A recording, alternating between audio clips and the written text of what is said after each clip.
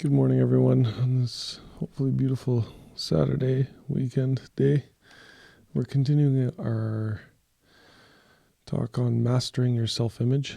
This is called the positive use of imagination. Our thoughts, habits, even our abilities must be those of the person we believe ourselves to be. We can set new limits in place of old ones, but we can't surpass the limits of our current self-image. There's a story about a Wisconsin farmer who was walking through his fields one day when he stumbled over a little glass jug in the pumpkin patch. Out of curiosity, he poked the young pumpkin through the neck of the jug, being careful not to break the vine. Then he placed his little experiment back on the ground and walked away. When harvest time came, the farmer was working his way down a row of big ripe pumpkins when he again came upon the glass jug. But this time it looked different. Picking it up, he discovered that the young pumpkin he'd poked inside now completely filled its glass prison. Having no more room, it had stopped growing.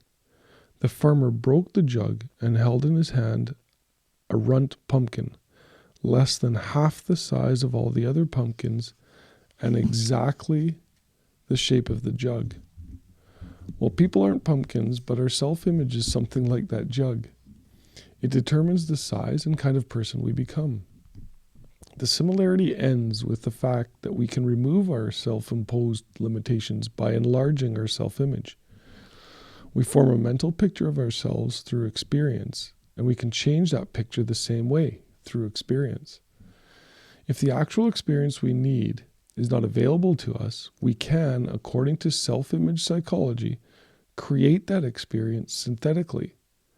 Now, scientists agree that the human nervous system is incapable of distinguishing between an actual experience and the same experience imagined vividly and in complete detail.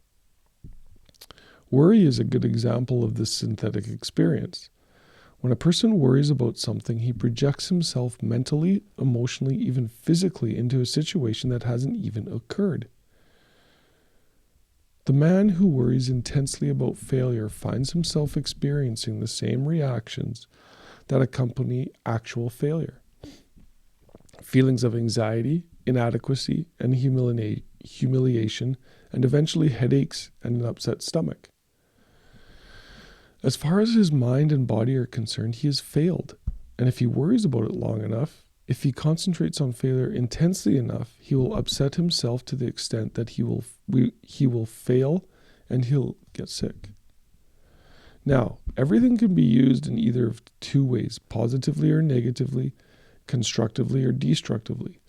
Worry is the negative use of creative imagination. It's a negative synthetic experience.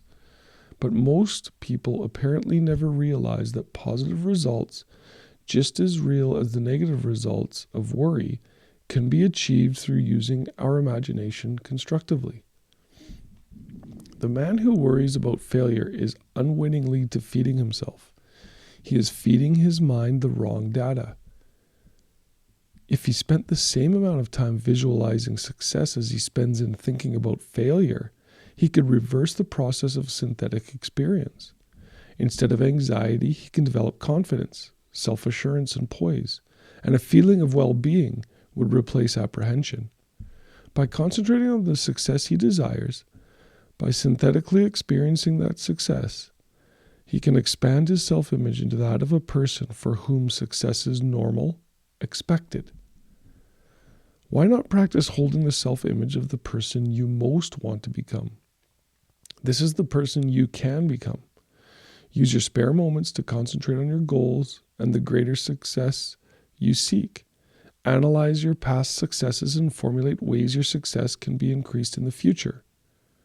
Put more into the positive use of your imagination than you ever put into its negative use, worry. You're merely reversing the same creative process. Now it's working for you instead of against you. Nobody pokes us into the glass prisons beyond which we can't grow, but all too often, almost unknowingly, we set unnecessary limits for ourselves by holding a self-image that's restricted, inadequate for the full realization of our potentialities. Each of us is at this moment the product of all his thoughts and experiences and environment up to this point. Through thought, we can control to an almost unbelievable degree both our experience and our environment from here on. Whether or not we choose to direct our own course through life is entirely up to us. The important thing is to know that it can be done. So this gets into that, discussion of using your imagination to start creating a inner reality, a reality that we're only thinking about, but like he says here, we don't know the difference between what's actual and what's factual, what's actual and what's imagined. So the reality here is that you might as well just choose who you want to be and start, taking some time out of your day to actually think about, what you want to be and imagine that, experience it. What would it feel like? What things would you be experiencing in the life of the person that you really want to be? So always know that, if your body doesn't know the difference between, what's actual and what you're imagining, use your imagination to be creative and start creating by design the life, the person you want to be, and start experiencing it. It says here right at the end, the important thing is to know that it can be done. So whether you believe this or not, it can be done. It means that it is possible, and, it got to start with your belief. You have to change your belief, start believing that your thoughts matter, and you are the only one that creates the reality that you choose. So, you can stop blaming circumstances. You can stop blaming, you're hard done by, things don't work in your favor. You're not lucky. The truth of the matter is it's because you're putting your energy into those thoughts and creating that reality in your life. Learn how to change that. Take responsibility for your life and for those that you love and those that you care for, and do what's possible in your life, which is, living it as grand and as ideal as you possibly can, and so start taking responsibility for what you want in your life and go after it. Okay. Have an amazing weekend, everyone. And we'll see you again tomorrow. Take care.